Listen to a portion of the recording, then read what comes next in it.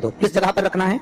अशोक सुंदरी वाली जगह। अशोक सुंदरी की जगह जानते हो आप लोग, पहले भी आपको बताया है, आज फिर आपको वर्णन कर दें। जैसे ये गोल जलाधारी है, ये शिवलिंग रखा है, ये दो जहां से पानी बह रहा है बाबा के चरणारविंद, राइट में श्री गणेश जी का स्थान, लेफ्ट में कार्तिकेय का स्थान, बीच में अशोक सुंदरी की जगह। शंकर भगवान की 6 लड़कियां हैं, भगवान शंकर के 13 बच्चे, 13 बच्चों में से 6 लड़कियां, उस 6 लड़कियों में से एक लड़की का स्थान, भगवान शंकर की एक बेटी का स्थान, अशोक सुंदरी का स्थान सामने है। पद्म पुराण में स्पष्ट किया यह स्थान अशोक सुंदरी का। बीच में जो अशोक सुंदरी का स्थान महाराज, उस जगह पर शहद का मुख, जो शहद आपने भिगोया है, उस शहद का मुख शंकर जी की ओर कर इसी चैत्र के महीने में, इन्हीं नवरात्रि में शंकर भगवान के उस अशोक सुंदरी की जगह पर शहद का भाग शिव जी की ओर रख दें। महाराज अगर घर में संपदा की कमी हो या कोई पैसा खा गया हो, रुपया नहीं दे रहा हो, पैसा अटक गया हो, तो उस शहद को शिव जी की ओर मुख कर उस आम के पल्लव की जो डंडी है उसको 11 डंडी को रख दीजिए और उससे अपनी कामना कर आ जाइए। हो सके उस शहद में से थोड़ा सा शहद किसी रुमाल पर, किसी कपड़े में लगाकर उसको रख लीजिए। जिस व्यक्ति से पैसे लेना है, जिस व्यक्ति से पैसे मांग रहे हो, उससे एक बार जाकर मिल लीजिए, एक बार उसको खबर कर दीजिए। बाबा चाहेगा भोलेनाथ तो नवरात्रि में ही पैसा वापिस आ जाएगा, अगर शिव कृपा कर दे। ये बाबा की करनी। आम का पल्लव कोई साधारण नहीं जिसको कलश के ऊपर रखा जाता है, शिव की कृपा। शिव मंदिर कौन कौन जाता है? जरा हाथ उठाओ, सब लोग उठाओ, जितने लोग जाते हैं। सब जाते हो ना? एक नियम बना लो, शंकर जी के मंदिर में जाओ। क्या नियम बनाना है? कि शिव जी पर जब जल चढ़ाया और जल चढ़ाने के बाद वो जल जब पूरा की पूरा नीचे चले गए, ठीक है, पूरी पूजन कर लो, संपूर्ण पूजन। और संपूर्ण पूजन करने के बाद जब जल नीचे चले गया और जल कुछ बचा ही नहीं, तब 2 क्षण आप बैठे रहे, अपनी हथेली हाथ की उस जो जलाधारी है उसमें से जो पानी नीचे गिरता है उसमें अपने हाथ की हथेली को लगाकर रखिए। 2 बूंद, 3 बूंद, 4 बूंद पानी तो भगवान शंकर स्वयं दे देगा। थोड़ा इंतजार करना, पानी सूख भी गया होगा तो 2 बूंद तो मेरा देव अधिदेव महादेव फूल में से ही चढ़ाएगा। आप वो जो 2 बूंद पानी मिले उस जल को लेकर घर पर आइए और आपको ऐसा लगता है कि मेरा शरीर ठीक नहीं है, या रोग हो गया, या बीमारी हो गई, या दुकान नहीं चल रही, या व्यापार नहीं चल रहा, 4 धंधे बदल लिए, प्रयास करो, रोज शिव मंदिर जाओ, पूजन करने के बाद थोड़ी देर बैठ जाओ, आप 2 बूंद जल लेकर आओ और उस दुकान पर या अपने शरीर पर लगाना प्रारंभ करिए, अपने आप सब कार्य सफल होना प्रारंभ। औषधि है, औषधि। तब केवल एक बेलपत्री पर रखा हुआ एक चावल का दाना नारी का हाथ का स्पर्श कराकर स्वधा माता का नाम लेकर अशोक सुंदरी, अशोक सुंदरी की जगह मालूम है सबको, अशोक सुंदरी वाली जगह पर केवल चढ़वा दीजिए, वो बच्चा पूर्ण तरह से 90 महीने में ही जल जाएगा, 8 में नहीं, और स्वस्थ, उसकी स्वस्थता रहे। क्या नाम लेना है? नाम बोलो पहले, जम के बोलिए। आप लोगों से इसलिए बुलवा रहे हैं कि आप भूल ना जाओ। फिर से बोले एक बार, स्वधा, स्वधा का स्मरण। स्त्री, नारी और पुरुष, चाहे बेटे हो चाहे बेटियां हो, नारी हो पुरुष हो, ये उदर से जुड़ा हुआ हरनिया, उदर से जुड़ी हुई पथरी, या जो भी पत्र आए हैं, पत्र बहुत सारे आए हैं, पर समय निकलता है इसलिए पत्र को हम लोग नहीं कर रहे। पत्र इधर भी है, बहुत सारे हैं, और लोगों ने लिखा बड़ा सुंदर सुंदर है। इसमें आया है कि एक बच्चे के 5 पत्री है और पत्री की 8 पड़ गई, वो भी किडनी लीवर। तो जिसने पत्र लिखा है वो चाहे पुरुष हो चाहे स्त्री हो, चाहे बेटे हो चाहे बेटियां,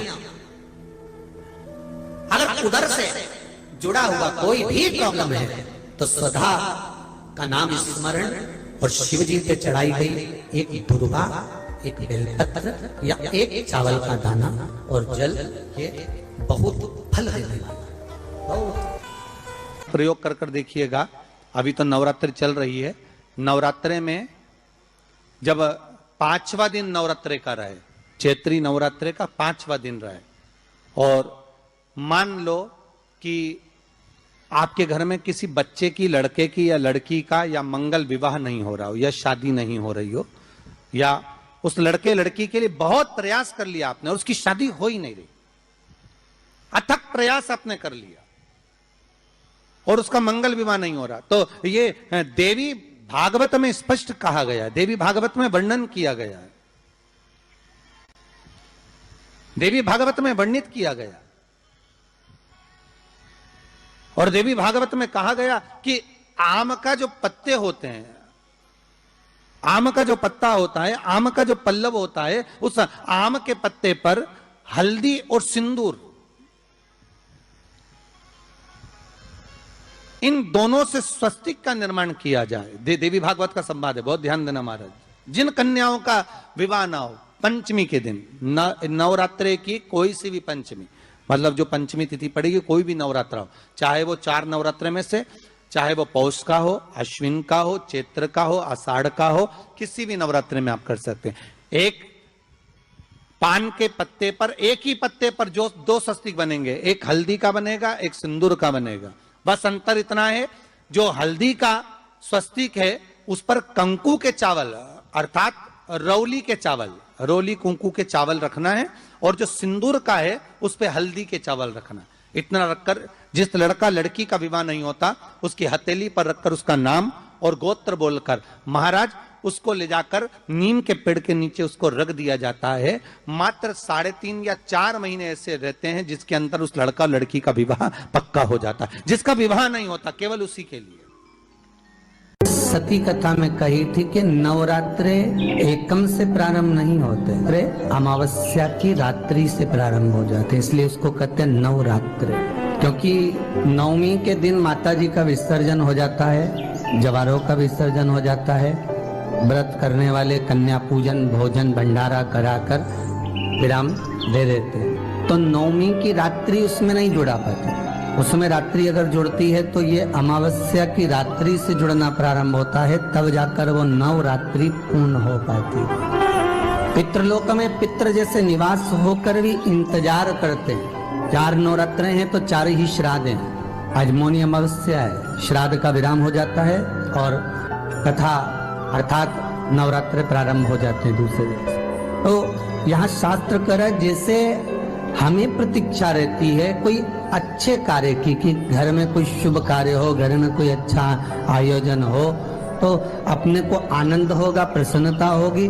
उसी तरह हमारे जो पूर्वज चले गए, जो पूर्वज चाहे वो अधोगति में गए हों, चाहे वो देवगति में गए हों, चाहे वो पितृलोक में निवास कर रहे हों, तो जितने भी पितृलोक में निवास करने वाले पूर्वज होते हैं वो भी ये विचार करते हैं कि हमारे घर के वंश द्वारा, हमारे वंशजों द्वारा कोई ऐसा सत्कर्म हो जिससे हमारे जीवन की वितृप्ति हो और हमें आनंद की अनुभूति हो। और ध्यान दीजिएगा महाराज, आपको चैत्री नवरात्रि का स्मरण होगा, आपको शरदी नवरात्रि का स्मरण होगा, पर जो आषाढ़ में और माघ में जो नवरात्रे पढ़ते हैं इसका एक आनंद ही दूसरा रहता है। बस इतना जरूर होता है कि दुनिया के लोग वो जो 2 नवरात्रे होते हैं उसमें कलश की स्थापना भी करते हैं, देवी का पूजन भी करते हैं, अर्चना भी करते हैं, मंदिरों में भीड़ भी रहती है और खूब प्रेम से माता का जगराता वगैरह सब होता है। पर ये जो नवरात्रे हैं 2 गुप्त नवरात्रे, इनका लोगों को स्मरण नहीं था। वो तो धीरे धीरे ये टीवी चैनल के माध्यम से कथाकारों ने, वक्ताओं ने स्मरण कराना जब चालू करा, धीरे धीरे बताना, मार्गदर्शन करना जब चालू करा, तब लोगों को ज्ञात होता गया कि कोई गुप्त नवरात्रा भी होता है, उसमें भी देवी की आराधना होती है। ये 4 नवरात्रे अलग अलग अवस्था के हैं, अलग अलग सुख के हैं और अलग अलग आनंद के। आपके घर में पितृदोष है, आपको ऐसा महसूस होता है, तो किसी भी नवरात्रि के पहले जो अमावस्या पड़ती है, जिस दिन अमावस्या रहे उस दिन चावल की कटोरी में एक कपूर का टुकड़ा रख दीजिए, छोटा सा, और कपूर का टुकड़ा रखकर उस कपूर को दरवाजे के बाहर कटोरी में ही, चावल रखी हुई कटोरी में ही उसको पितरों का स्मरण कर कर जला दीजिए। और जलाने के बाद उस चावल को कहीं भी किसी भी वृक्ष की छांव में पक्षियों के लिए डाल दीजिए। शिव महापुराण की कथा कहती है, अगर मान लो पितृ आपको कष्ट दे रहे हैं, पितर आपको तकलीफ दे रहे हैं, कोई काम नहीं होने दे रहे हैं, या कहीं आपको ऐसा लगता है कि पितरों का दोष है, तो वो पितृ दोष देवी, अब ये जो आप करेंगे ये कब कर रहे हैं? अमावस्या के दिन आप उसको रख रहे हैं। अमावस्या के दिन उसको रखकर रात भर आपने रखा कपूर के साथ में, सुबह एकम पड़ गई, नवरात्रि लग गई, उसी दिन उसको जलाकर आपने पटक दिया।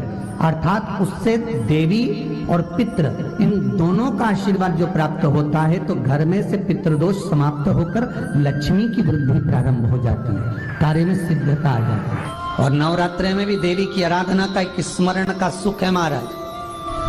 ज्योत का विधान है, नवरात्रि में देवी की ज्योत लगती है, अखंड ज्योति लगती है, जवारे बुआए जाते हैं, कलश लगता है। ज्योत का भी विधान है। जिसके यहाँ दिया अखंड जलाया जाता है, अगर वो दिए की लो, दिए की बाती अगर दक्षिण दिशा की होती है, तो उसके घर में साल भर में एक घात जरूर होती है। जो दिया अखंड जलता है, उसकी बाती का मुख दक्षिण का नहीं होना चाहिए।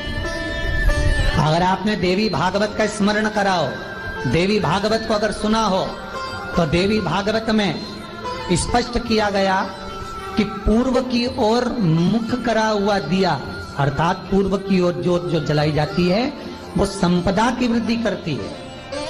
पश्चिम की ओर मुख कर कर जो ज्योत लगाई जाती है महाराज, वो वैभव को देती है। और उत्तर की ओर जो मुख कर कर ज्योत जलाई जाती है, उत्तर की ओर जो ज्योत का मुख रहता है, वो आयु की वृद्धि करती है, घर में अकाल मौत को रोकती है। दक्षिण की ओर ज्योत ना लगाएं। अगर आपको लगाना है, पूरब की लगाएं, पश्चिम की लगाएं या उत्तर की लगाएं। और जितने दिन महारानी जगदम्बा जगतधात्री दुर्गा भवानी चैत्र नवरात्रि में, शरदीय नवरात्रि में, आषाढ़ी नवरात्रि में, आदिकादिक पौष नवरात्रि में हम जगत जननी जगदम्बा की जब स्थापना करते हैं, या हम नूतन घर का प्रवेश करते हैं, या गणेश जी की स्थापना करते हैं, या कोई दुकान को प्रवेश करते हैं, या कोई शुभ कार्य करने के लिए अग्रण्य होते हैं, तो हम कलश की स्थापना क्यों करते? कलश के अंदर आखिर ऐसा क्या विराजमान है कि 33 कोटि देवता उस कलश के अंदर आकर बैठ जाते हैं? आप कोई यज्ञ करने जा रहे हो, आप कोई पोथी पुराण करने जा रहे हो, आप कोई अच्छा कार्य करने जा रहे हो, तो ब्राह्मण देवता कह देते कलश की स्थापना होगी, कलश की शोभा यात्रा निकलेगी, कलश यात्रा निकलेगी, कलश विराजमान होगा। उस कुंभ की, उस घड़े की महत्वता कहां से प्रकट हो गई? शिव महापुराण की कथा कहती है महाराज, भगवान ओघड़दानी शंकर स्वयं आद्य शक्ति जगदम्बा से कहते हैं कि जगदम्बा तू क्या चाहती है बोल। तो जगत जननी जगदम्बा कहती है कि जहां मैं हूं वहां शंकर है, ये आपने कह दिया, पर जहां शंकर है वहां पार्वती का होना जरूरी है। उसके लिए सिद्ध करने के लिए एक स्थान ऐसा बनाया जाए जहां पर शंकर विराजमान है और शंकर के साथ पार्वती विराजमान है। तो शिव जी ने कहा, पार्वती उसके लिए मैं तुझे एक सुंदर कलश का निर्माण कर कर देता हूं। अष्टमी के दिन कन्याओं का भोजन कराओ या नवमी के दिन कन्याओं का भोजन कराओ।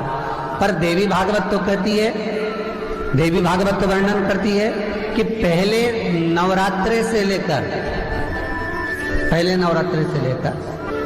नवमी तिथि तक जितने दिन देवी के होते हैं, प्रत्येक दिन में आप किसी भी दिन कन्याओं का भोजन करा सकते हो, पहली रात्रि से लेकर, पहला दिन से लेकर। पर 9वें दिन तो सवेरे पूजन करके, यज्ञ करके, अनुष्ठान करके देवी को विसर्जन कर दिया। फिर नवरात्रि पूर्ण कैसे हुई? नवरात्रि की पूर्णता होती है अमावस्या की रात से गिनी जाती है। कौन से दिन से गिनते हैं? अमावस्या की रात्रि, फिर एकम की रात्रि, फिर दूज की रात्रि, ऐसे गिनते गिनते अष्टमी की रात्रि तक और नवमी के दिन सुबह तक या दोपहर तक या शाम तक, जब तक आप यज्ञ ना करें तब तक ये 9 रात्रियां पूर्ण गिनी जाती है महाराज देवी भागवत के हिसाब से पूर्णता। अब हमने कन्या भोजन का जो क्रम बनाया, अष्टमी के दिन करा देंगे, नवमी के दिन करा देंगे, इस तिथि को करा देंगे, पर भाव देखिए, शास्त्र कहता है भूखे को भोजन जब कराइए जब उसको भूख लगी हो, और ऐसों को कराइए जिसको जरूरत पड़ रही है।